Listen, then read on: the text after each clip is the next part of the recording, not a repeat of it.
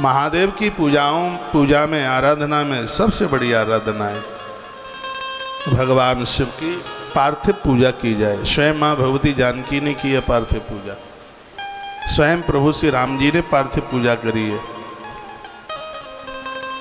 तो इस पूजा की बहुत बड़ी अपने अम्य महिमा है। न लिंगाराधनत नित्ता पुण्यम वेद चतुष्टय विद्यते सर्वशास्त्राणः एस एव विनिश्चय। चारों वेदों में लिंग आराधन से बढ़कर कोई पुण्य नहीं बताया गया। कल या परसों मैंने निवेदन किया है कि 10,000 मंत्र आप ओम नमः शिवाय के जपते हैं, एक महारुद्राभिषेक आप कर लेते हैं, दोनों का फल एक बराबर।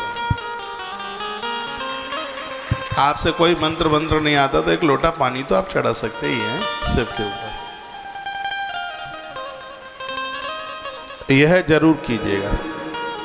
ये सभी शास्त्रों में वर्णन है भगवान शिव की पूजा, शिवलिंग की पूजा, हमारे वेदों में भी उसका वर्णन है। अतः विद्वान पुरुष इन समस्त कर्म जालों के बंधन को तोड़ करके भक्ति और प्रेम पूर्वक वो भगवान महादेव के शिवलिंग की वो आराधना करते हैं। और आनंद की बात यह है कि चारों वर्णों के लोग इस पूजा में स्वतंत्र हैं। इस शिवलिंग के पूजन में स्त्रियां तथा अन्य सभी का शिव पूजन में अधिकार है। 40 नंबर के श्लोक में लिखा है, स्पष्ट इसमें वर्णन है कि बहुक्तेन मुनिया स्त्रीणामपि तथान्यतः अधिकारोस्त सर्वेषां शिवलिंगार्चनित वज। स्त्री चारों वर्णों के लोग इस पूजा में अधिकारी हैं।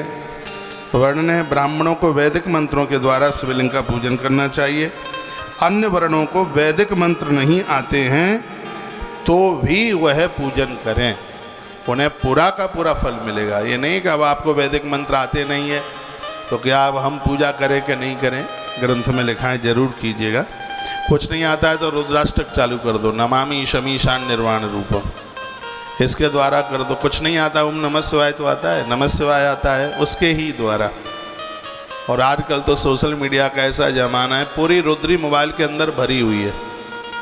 उसको चालू करके मोबाइल रख दें, हाथ में सरंगी पकड़ लें, पानी चलता रहेगा, मोबाइल मंत्र बोलता रहेगा भीतर से।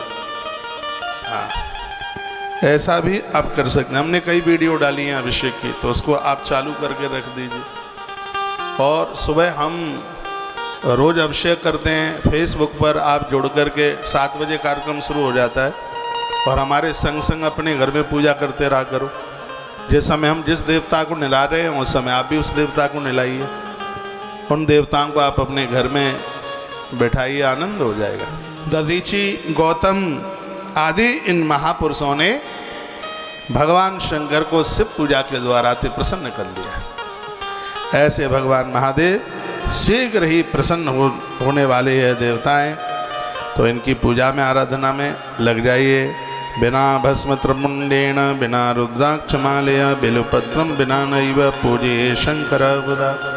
बुद्धिमान लोगों को चाहिए कि इतनी वस्तुओं के बिना शिव की पूजा ना करें, चाहे आप स्त्री हैं चाहे आप पुरुष हैं। क्या क्या लिखा है, बिना भस्म त्रिपुंडेन, भस्म का त्रिपुंड माथे पर लगाइए पूजा करते समय। बिना रुद्राक्षमालय, रुद्राक्ष की माला पहनिए, चाहे आप स्त्री हैं चाहे पुरुष हैं। माथे पर भस्म और त्रिपुंड दोनों लगाएं। चंदन नहीं है तो भस्म का त्रिपुंड लगा लें। तो बिना भस्म त्रिपुंडेन, भस्म का त्रिपुंड लगाएं, कंठ में रुद्राक्ष की माला पहने। बिल्वपत्रम बिना नैव, बेल पत्र के बिना शंकर की पूजा ऐसे ही पूरी नहीं होती जैसे तुलसी पत्र के बिना सालग्राम भगवान की पूजा पूरी नहीं होती। आप 1,00,000 लोटा चढ़ा दें सालग्राम भगवान पर जल के, जब तक भगवान सालग्राम के ऊपर आप तुलसी पत्र नहीं चढ़ाएंगे तब तक सालग्राम भगवान का पूजन पूरा नहीं होगा।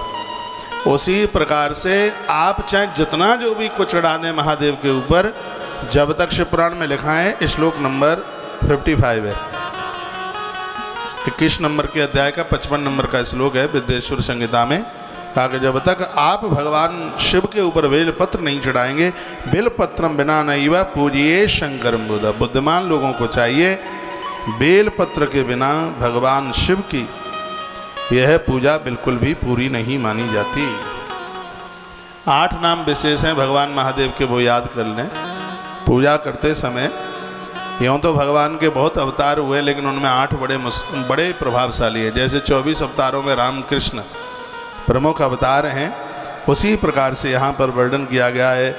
ऐसे ही वो 8 नाम हैं और आगे उनको बहुत विस्तार पूर्वक आप सुनेंगे। ततः पंचाक्षरम जपत्वा सतरुद्रमेव चा स्तुति नाना विधा कृत्वा पंचांग पठनम तथा प्रदक्षिणां कृत्वा नत्वा लिंगम विसर्जेत इत प्रोक्तम शेषम च शिव पूजन आदरा। मिट्टी के शिवलिंग आप बनाते हैं तो उसका विसर्जन जरूर कीजिएगा। मिट्टी की प्रतिमाओं को लंबे समय तक घर में नहीं रखा जाता, उनको विसर्जन करना होता है। इस प्रकार का वर्णन किया। शौनक ऋषियों को बड़ा आनंद हुआ। उन्होंने कहा गुरुदेव बहुत आनंद हो रहा है, अब आप हमें ये बता दें कि भगवान शिव के ऊपर चढ़ा हुआ प्रसाद लेना चाहिए या नहीं लेना चाहिए। ये बड़ी अच्छी बात बोली है, पूछी है कि जो भगवान शंकर के ऊपर जो प्रसाद चढ़ा हुआ है उसको हम ग्राह्य करें कि नहीं करें। तो बताया गया, ऋषियों बोले अग्राह्यम शिव नैवेद्यमित पूर्वम श्रुतम बचा। हमने पूर्व में यह सुन रखा है कि शंकर जी के ऊपर चढ़ा हुआ प्रसाद सबको नहीं लेना चाहिए। तो ये आपका मत क्या कहता है, आप बताइए। ब्रूहित तन निर्णयम बिल्व महात्म्य सन्मुने। अभी आपने बेलपत्र की बात कही है कि बेलपत्रम बिना नहीं व पूज्य शंकरम बुधः। बेलपत्र के बिना बुद्धिमान लोगों को शिव की पूजा नहीं करनी चाहिए। तो इस बेलपत्र के बारे में भी आप हमें बताएं। बेलपत्र के अभाव में मिलता नहीं है तो क्या करें। और शिव के ऊपर चढ़ा हुआ प्रसाद, आपका ध्यान मेरी तरफ हो। बेटियां, बहनें, माताएं, दादियां, बूढ़े, युवा, बच्चे, सब जितनी देर तक आप पंडाल में बैठें तो ऐसा लगे कि बिना फेविकॉल के आपको चिपका दिया गया। फिर देखिए कथा में कितना आनंद आता है, रस बरसेगा। तो आइए शिव नैवेद्य की बात कही गई है। भगवान शंकर के ऊपर चढ़ा हुआ प्रसाद लेना चाहिए कि नहीं लेना चाहिए। दृष्टावपि शिव नैवेद्यम यान्ति पापानि दूरिताः। शंकर जी के ऊपर चढ़े हुए प्रसाद को आंखों से उसका दर्शन कर लें तो सगरे पाप स्थान छोड़ के भाग जाते हैं, सिर्फ दर्शन मात्र से। और ग्रहण कर लिया है तो बहुत बड़ी बात हो जाएगी। स्पष्ट लिखा हुआ है, दृष्ट्वा शिव नैवेद्यम यान्ति पापानि दूरिताः। पाप दूर से ही भाग जाते हैं। सिर्फ शिव नैवेद्य का, भोलेनाथ के ऊपर चढ़े हुए प्रसाद का दर्शन कर लिया। भुक्ति तो शिव नैवेद्यम पुण्य न्यायंत कोटिशः।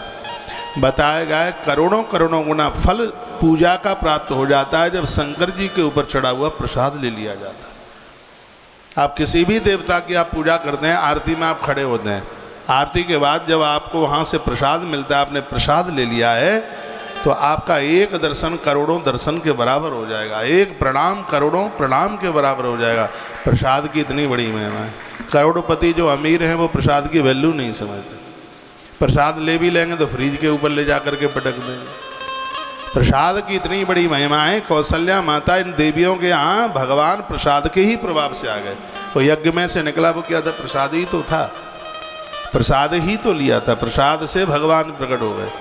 प्रसादम सर्व दुखानाम, प्रसाद संपूर्ण दुखों का नाश करता है, ऐसा श्रीमद् भगवत गीता में लिखा है। आपके घर में तो जो भोजन भी बनता है उसको आप भोग लगाकर उसको प्रसाद बनाइए, लेकिन आप मानते नहीं, आप तो खाना खाते हैं। खाना नाम उसका है जिसका भोग भगवान को लगता ही नहीं। रसोई में बनाया जाता है तब इसको भोजन कहते हैं, और भगवान के सामने जब समर्पित कर दिया जाता है तब ये प्रसाद बन जाता है।